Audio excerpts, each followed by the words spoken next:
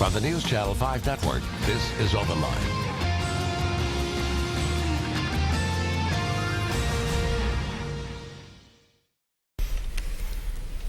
Hello, everyone. Welcome to Open Line on Wednesday night. I am Ben Hall. Very good show tonight. We are talking about the future of the Metro Council. Should it be smaller? Should we limit term limits or loosen term limits? Should we change the current policy in regard to term limits? Those are some of the questions we'll be asking, discussing tonight. We certainly want to hear from you, so please give us a call. Happy to have with us Emily Evans, Metro Council member. Thank you for being with us. Glad to be here, Ben. Thanks for having me. And Dewey Branstetter, Chairman of the Charter Revision Commission. Thank you for being with us. Happy to be here, Ben. Thank you. All right, so Emily, Metro voters will soon receive something in the mail. Yes, they will. And we're going to talk about that. Like this. But let's get the bigger picture here. What is it essentially you think would be good to do?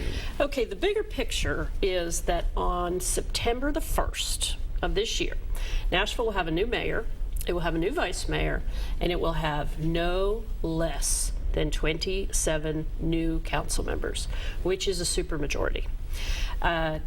That's the case because of term limit law, which was enacted in 1994, passed by the voters in 1994, really became effective in 1999. So when Bill Purcell was elected mayor, he was joined by 19 new council members. Okay, not a problem. But for whatever reason, the council terms are coagulating around the mayor's term, so we are on track to have a government that changes up 100% every 8 years. And however you might feel about term limits or the size of council or whatever, that is not good government. So right now, we have 40 council members. Correct. And the term limit's 2 terms. You can't Correct. serve more than 2 terms. You're either a lame duck or a rookie. And so 27 new people are going to come on the council. Correct. And you think that's a concern? I think that's bad government, to be honest with you. 27 is a supermajority. So that means that a mayor who were to veto a good piece of legislation initiated by the council, it would be hard for 27 brand new people to find their way to an override of that.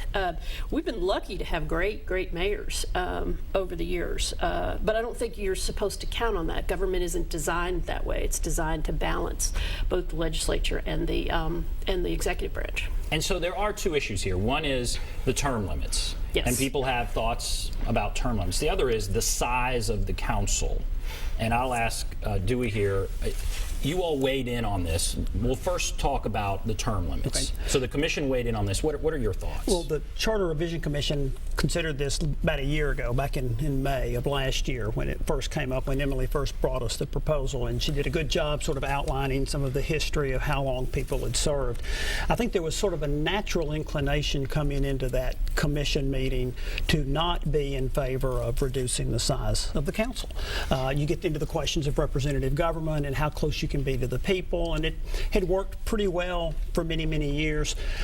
The trade-off, though, and what I think makes this proposal very attractive from a personal standpoint, and I think what the commission ultimately decided was, if you reduce the size of the council and then extend the limits by 1, so you don't have, as Emily said, you're either a newbie or a lame duck, that would be a good trade-off.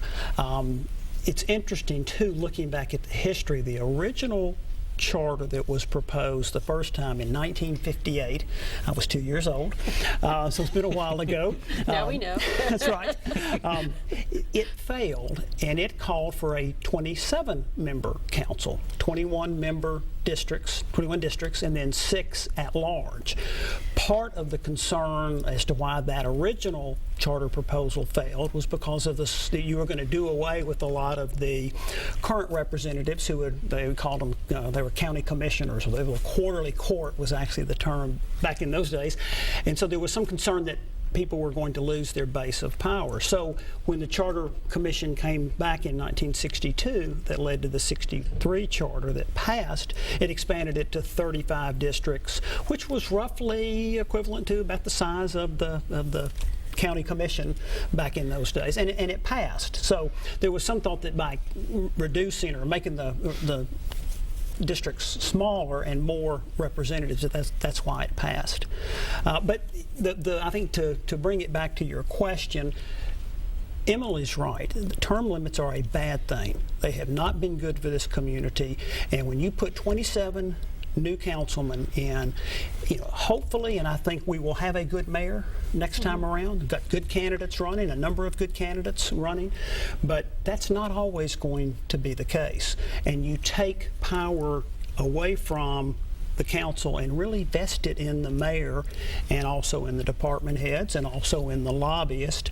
So there is a real advantage to extending term limits, at least by one term. If it were my decision, if I were the king of Metro, there would be no term limits for councilmen at all. Because we used to have some real institutional knowledge. Oh, yeah. It used to be there was so-and-so on the back row who'd been there forever, and you could go and ask about that. Right. We don't have that now.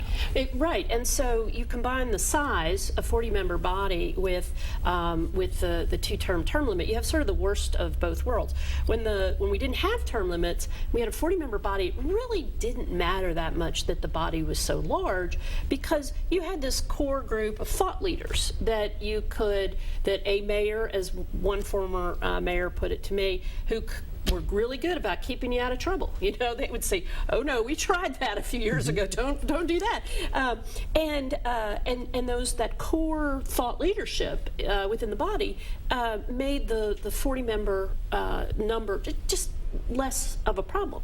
But now you don't have that. You don't have that core group of thought leaders. We have some great tenured council members like Tim Garrett and Charlie Tigert, who've been around for a long time, but they're still term limited too. So the term limit, it's the combination of the two, which is why I came up with this solution. It's both of those things that are the problem, and we need to address both of them simultaneously. And also, getting term limit change passed as a standalone is a non-starter with the public. It's been on about 3 times. The public seems to like term limits. I mean, the public, we don't have them in Congress, but the public, if polled, it seems for whatever they like term limits. Mm-hmm. So that is a tough one. Right. And so when you start talking about doing away with term limits, that's probably not realistic. Is that it has been voted on, as 3 times. Emily said, 3 times. It's never gotten anywhere close to passing. And it's interesting because people tend to like their individual councilman, but they don't like the council as a whole, or they don't like government as a whole. So there's this mentality that we'll throw the rascals out periodically. Well, sometimes the rascals you get when you throw out the rascals that you have in place are not any better than the people that you're throwing out. And as Emily said, one of the unfortunate things is you lose that institutional knowledge.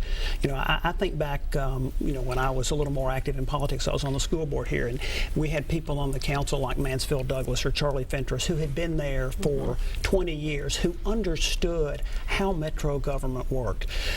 No mayor was going to slip something by him that should be slipped by them, but at the same time they had an interest because they'd been there a long time.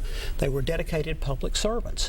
And oftentimes I think we see now is you have people who think, well, I can only serve 2 terms, so I'm going to be looking for the next office that I can run for. So maybe by doing that, you're not quite as interested in what's the best for the city, but what's in your own best political interest. So I think it's really a detriment to have term limits.